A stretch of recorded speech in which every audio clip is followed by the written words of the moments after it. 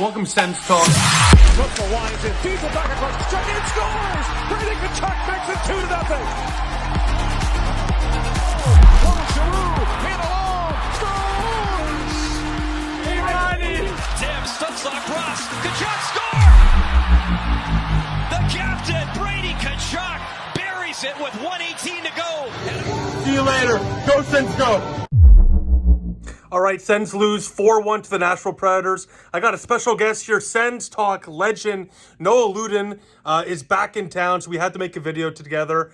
Noah, a tough loss tonight, no doubt. Not the game I wanted to be on camera for. Not at all. 4-1, just terrible. Brutal. All three facets of the game. Can't score, can't defend, can't get a save sometimes. It's not great.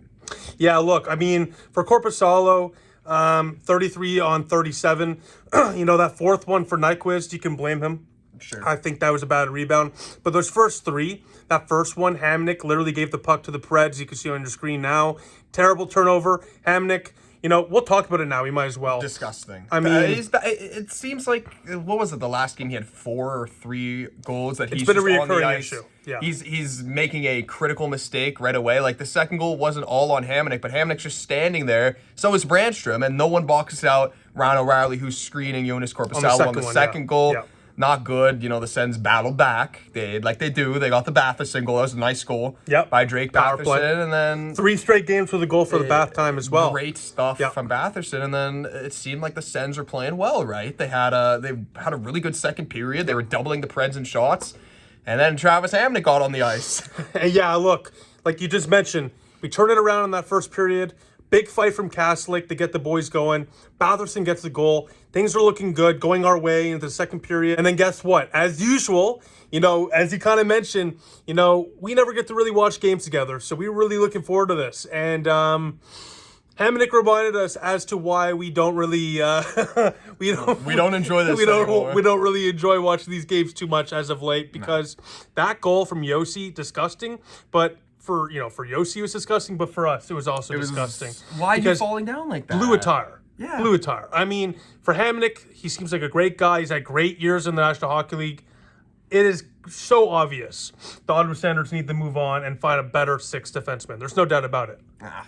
He even is the 7th defenseman now. The only reason he's in is because Zub's hurt. Of course. And now you have Zub's hurt still. Shabbat left the game late. Sanderson was limping off at some point. Like, what are we going to do? Speaking of that, Josh Norris, shoulder injury. Bad. It would be out for the third period with an upper body injury, officially the Sens comm said. If he's out with another shoulder injury, that's tough, huh? That's brutal, and I think it was the left shoulder, which seems to be what the problem was the past couple or last season.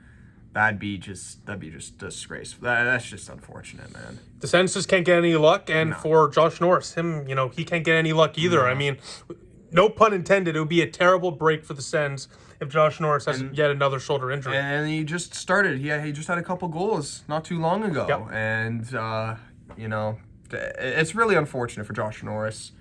Hopefully he comes back soon, and hopefully it's just a stinger or something like that, but it didn't look like that. Yeah, no, he couldn't put any weight on that, left arm. He was holding it. It does not look good. Hopefully we are wrong. But, when you see a guy go right to the locker room holding his arm with a repeated history with shoulder and arm injuries, you can only think of the worst. So hopefully we're wrong. We'll see for Friday's game against Arizona if he's back. Hopefully he is, because once again, that'd be a massive loss. Speaking of losses, Ottawa, of course, lost tonight. Big reason for that. They go to the third period down 3-1. They would lose 4-1, of course, that Nyquist goal, as we already mentioned. Big rebound off of Korpisalo, not the greatest goal. But Noah, you want to talk to us about a little bit of history going against the Ottawa Senators today? Yeah, you can't win if you can't shoot the puck. They had no shots in the third period. It's the first time in franchise history, and you can't win if you can't score. You can't score if you can't shoot. And you had 1 goal going into the game. Great goal by Batherson, but past that, no shots in the third period. 20-0. 20-0. The Preds had 20 shots. The Sens were coming into this game in the last 17 games. What were they? 10-4-3. Exactly. They're playing good hockey. That's like a playoff track record, and all of a sudden they're coming in against Nashville. They're a decent team. They're not in the playoff picture, and they're not. They're in the race at least. They're in the race, but they're not there. They're not in the playoffs. Yeah. We've beaten teams recently, like Vegas. Dallas. And Dallas destroyed Dallas. And now we just can't beat a team like Nashville and can't get a shot in the third period. Terrible. Roman Josi just took over the entire game, and really unfortunate because, you know, we lost yesterday already, and then you have to lose today. Tough 48 again. hours. Tough game against Washington. Tough game against the Predators, and now they are 0-11 on the West Coast. Outside of the Eastern time, they're 0-11. No points. The road is the Ottawa Senator kryptonite for sure. My No gosh. doubt about that. Terrible. No doubt about that. But you know what? Look, there's some positives. I mean, Mark Haslick, I like that game. Getting into a fight, getting the boys going. Jacob Bernard-Docker, I know you liked this game. Blocks, like that guy. I like his game basically every time. He's very steady, a lot of blocks, a lot of hits. Physical when we need it. Yeah, he's solid, and, you know, I think he's going to be a solid piece of the future. He's had a really massive breakthrough year, and especially after, you know, Jacques Martin benched him when he came back, they wanted him to play more of a physical game, and he's done so, as you already mentioned. So, JBD, a little bit of a nod for him, but for Hamonic, seems like a great guy. He's had some great years in the National Hockey League. Not looking so great right now. It's time probably to move on for both parties. Chikrin, a little bit iffy tonight as well. Shabbat looked fine, but overall not inspiring whatsoever were the Ottawa Senators tonight. No effort, no passion, and Korpisalo, 33 for 37. Not exactly a great night, but definitely not his fault the loss tonight either. No, not on Korpisalo at all. So besides that, look, I mean, a little bit of a hint. Stay tuned in the near future. Noah and I will be doing far more content with one another soon, so stay on the lookout for that.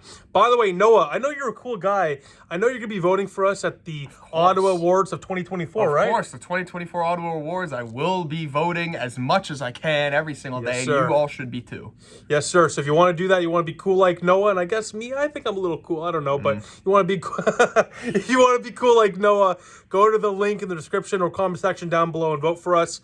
Voting ends in about a week or so. So we appreciate that. Noah, I appreciate you, brother. Of course. Appreciate you coming on. And hopefully Ottawa can turn things around and get that win on Friday, on Country Night in Ottawa against the Arizona Coyotes. So besides that, thank you all for watching. I'll see you all soon. Go Sens, go.